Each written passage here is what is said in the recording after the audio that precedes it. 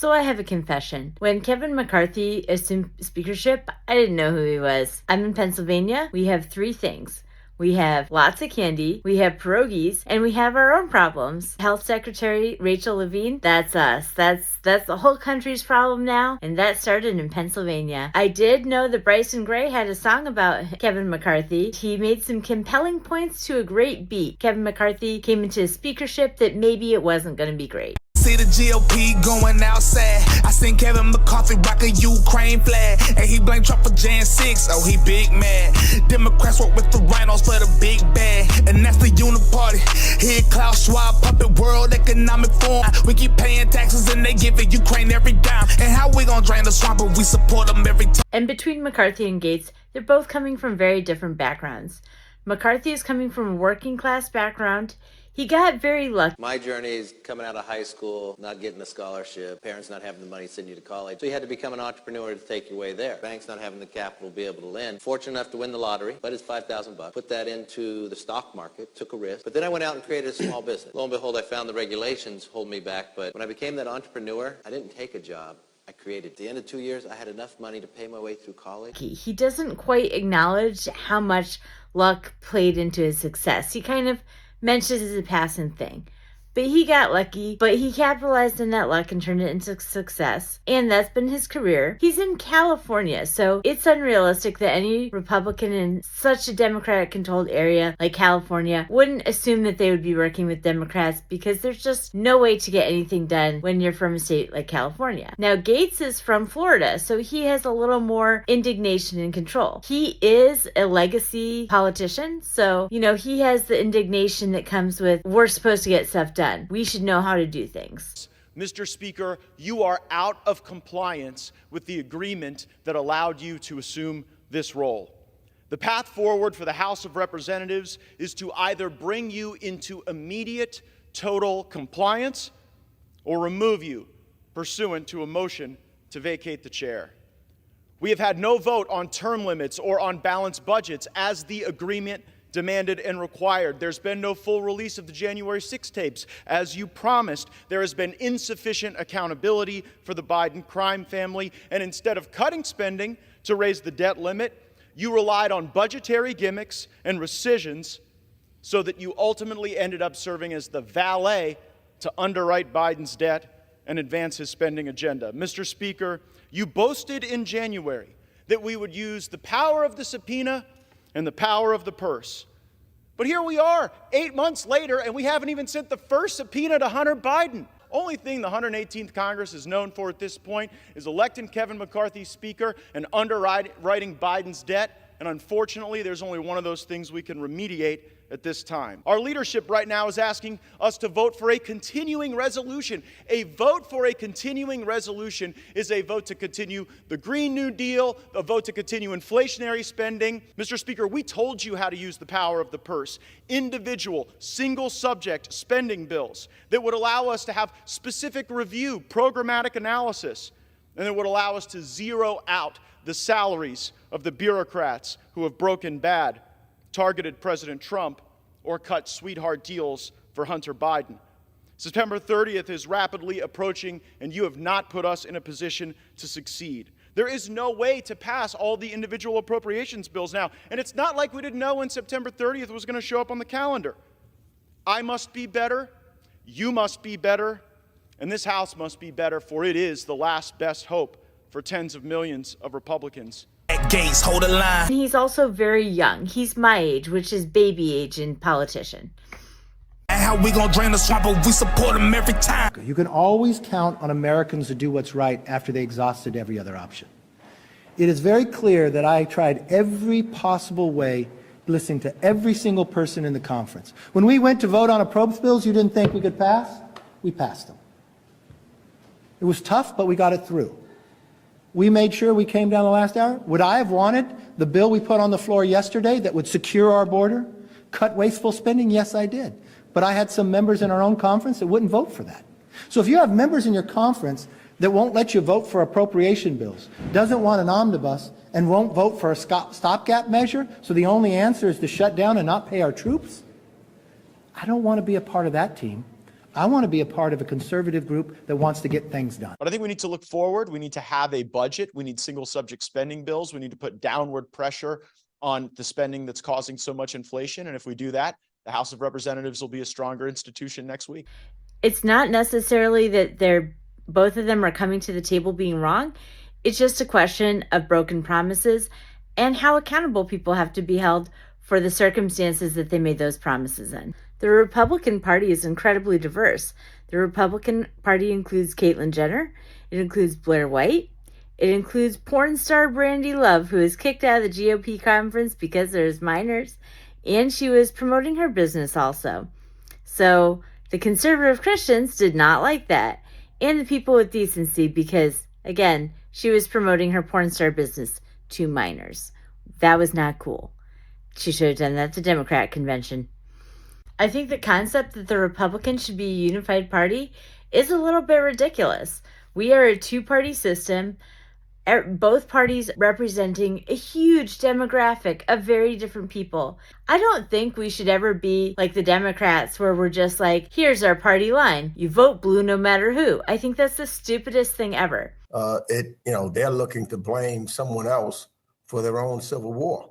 We didn't cause their civil war. That's within their own ranks. And so now they're lashing out. It's their right to do whatever, if they choose to do that. But the American people are watching. Honestly, I'm full of optimism and positivity. So I think calling the conflict between Gaetz and McCarthy a civil war is ridiculous. And that is the mentality of the Democratic Party, that they have to draw the line. I would think the Republican Party is better than that. We can be a party that represents diverse interests. And I think that's really what the conflict between Gaetz and McCarthy is. It's a conflict of diverse interests. Both of them bring up legitimate points on the government. It is a conflict between being pragmatic and idealism. And that's not a bad thing. I think the American people want someone and want a party and a Congress that is secure, that it knows how to function, that is getting things done. Well, I was pretty effective this week when I was able to do something that hadn't been done in America's history, to try to restore some sense of fiscal sanity to the House by getting a leader who's willing to follow the law. Look, one thing about me is I'm never giving up on the American people. I'm going to focus on America first, and I'm going to solve those problems. I believe at the end of the day, we'll get them back on board. Don Bacon said we need to make these 8 McCarthy rebels irrelevant. I don't work for those people. I work for the Floridians who elected me to the United States Congress. And while in Washington, D.C., I guess I'm an unpopular guy, my job is to ensure that the American experience is able to persist. And if we have a $33 trillion debt facing $2.2 trillion annual deficits, and if all these folks in Washington, D.C. want to continue to drive up spending so that they can keep taking lobbyist and special interest money to convert into favors, that's just not going to sit well with me. We were able to cut more than $2 trillion, get work requirements that the president said would be a red line, get NEPA reform for the first time in 40 years, and put a provision in that would put a 1% cut across the board if the House and Senate doesn't do their job. So we got the Senate at least to pass the approach bills in committee. They just have a hard time getting it to the floor. I'm the only Republican in the entire United States Congress who takes no donations from lobbyists or political action committees. And the reason these people are so upset is because the way the speakership has worked under both Republicans and Democrats is that the speakers collect a huge sum of special interest money, and then they dole that out to members in exchange for favors.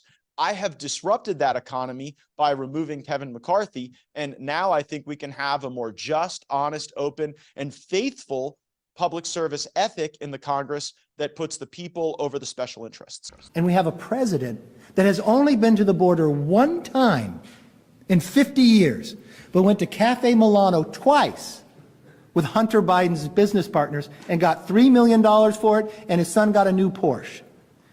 You know what? I will do whatever it takes to get the president to come down to the border. Bring one of Hunter's business partners. I don't care, but we need to secure this border. Look, I think so it's very important. If we're worried about Ukraine's border, we should worry about America's border too. And I think an opportunity to solve the border along America is now one of the biggest issues in New York. The governor of Massachusetts has declared a state of emergency.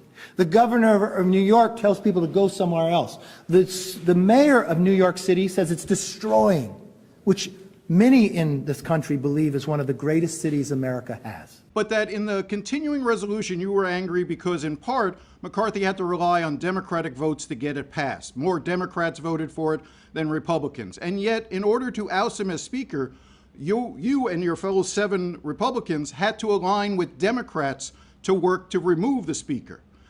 Weren't you working with Democrats? Weren't you doing exactly the same thing that McCarthy ended up doing during the CR? Well, I wasn't working with Democrats. I actually expected them to vote against Kevin McCarthy for free, which it turns out they did. But the yellow brick road of working with Democrats was actually designed, constructed, and paved by Kevin McCarthy. It's better that we all come together. When we all come together, we're much stronger. I've watched what we've been able to achieve so far. Think for one moment. When Washington, D.C. wanted to decriminalize almost every single crime, we united. The Senate said they wouldn't get up. We had 172 Democrats vote against it. We had the president say veto it, and he ended up signing it. Kevin McCarthy worked with Democrats to pass a debt limit bill that just ended the debt limit until January of 2025, greenlighting whatever debt the Biden administration wanted to accrue. That's driving the very inflation that means that in 99% of American counties right now, the average American cannot buy a home. We are seeing interest rates increase so much that people are having to pay thousands of dollars more for the exact same living conditions. Kevin McCarthy contributed to that process. We passed an energy bill that would make us energy independent and create more jobs, lower inflation. I may be a pariah, Jim, but you shouldn't be a pariah for just trying to get people to follow the law. The law since 1974 says that the United States of America is supposed to have a budget, and then nested within that budget, single subject spending bills that fund our agencies of government. But since 1996, we have been governed by revolving continuing resolution and omnibus spending bill. And that disallows the type of programmatic analysis of how our government spends money that could actually put downward pressure on spending. Okay, let's understand. There's different ways bills come up. If I bring a bill up under a rule, it only takes 218 to pass. If it's on suspension, it takes Republicans and Democrats together.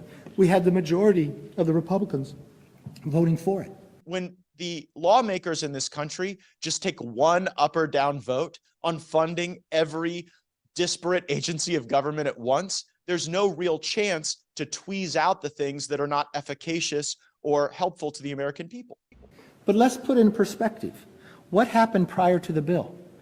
The Democrats first wanted to adjourn. Can you imagine hours away from shutting down and they wanted to adjourn? Then they came down and all voted by a card to delay it, to delay it, to delay it. Then the leader went and took a magic minute to keep talking and delaying it and delaying it and delaying it. And I know a lot of people view me as a very conservative Republican, but I understand that in divided government, you have to negotiate with Senate Democrats, you have to negotiate with the White House. Sometimes you got to be willing to take half a loaf. But the way to engage that negotiation is not in a continuing resolution and just what ornament to hang on it or not hang on it. The way to engage that negotiation is agency by agency, bill by bill, and then you never know what coalitions might form to try to ensure that we're advancing the interests of regular folks. So the one thing I've learned is get things done, bring others along.